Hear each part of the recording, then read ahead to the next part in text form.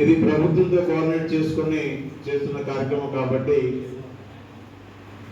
ఇప్పుడే మన రామభద్రరాజు గారు కూడా చాలా చక్కగా సూచనలు చేశారు.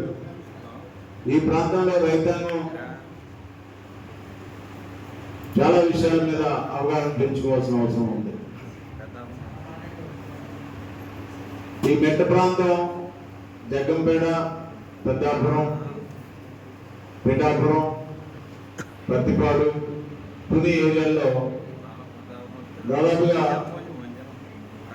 100% వ్యవసాయ ఆధారంగానే రైతులు మనందరం కూడా వ్యవసాయ క్షేత్రాల మీద ఆధారపడుతున్నాం. ప్రధానంగా నీటి తీరం చూసినట్టయితే పోలవరం నుంచి వచ్చేటటువంటి కాలువ ఇంకా మనకు అందుబాటులో రాకపోయినప్పుడు కూడా త్వరలో వస్తుంది.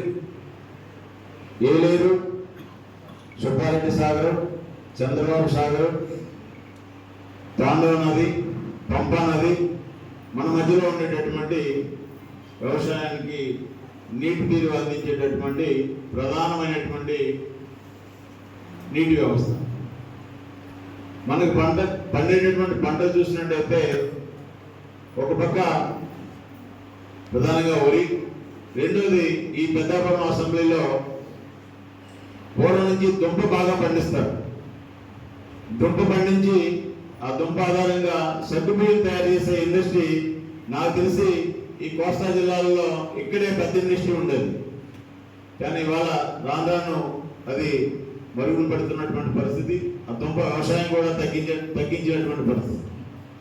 అయితే ఇప్పుడు మనకి పంటలు ఏ విధంగా మారాయంటే కొంతమంది పామాయిల్ వేస్తున్నారు, కొంతమంది జామాయిల్ వేస్తున్నారు, కొంతమంది కూరగాయలు పండిస్తున్నారు, మరికొంతమంది వ్యవసాయాల మీద సరిగినట్టు ఆదాయం రావట్లేదని చెప్పి చేపల చెరువులకు ఇస్తున్నారు.